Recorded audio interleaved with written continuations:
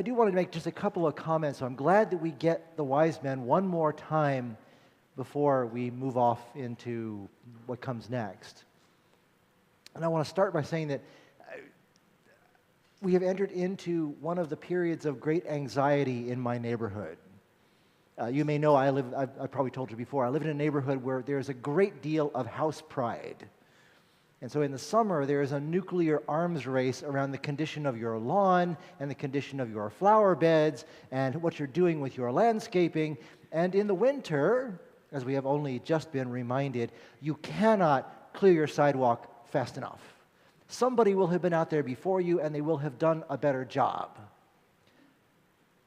And now we come to that awful time of the year when we have to decide when exactly to turn off the Christmas lights. Some people, of course, put them up on the day after Thanksgiving, and they've been out there ever since. Some people put them up on the day after Halloween, and they've been out there ever since. Some people will probably leave them on until the 4th of July because they just haven't remembered to do anything about it.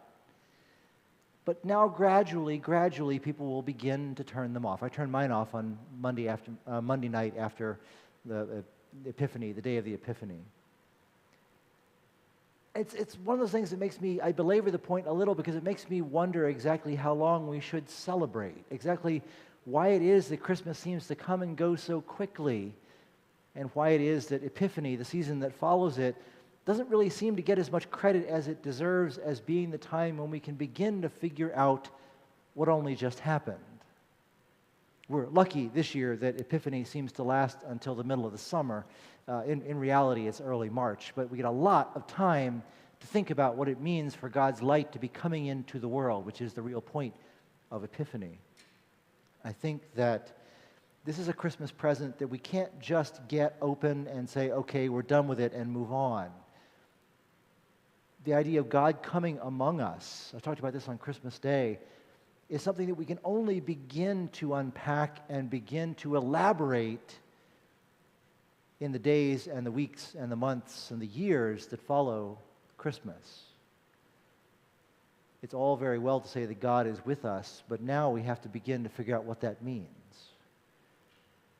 Maybe the Christmas lights shouldn't go off quite so soon in our hearts if they make us look away too quickly from what it is God has begun to do in each one of us and in all of us collectively.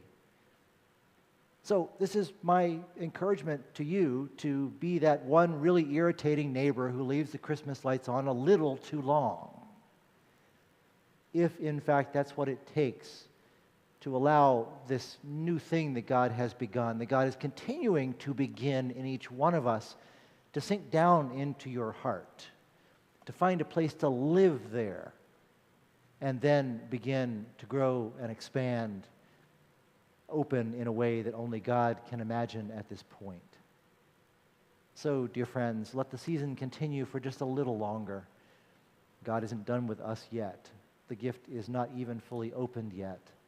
You and I have so much more to learn of God's purposes for us. Amen.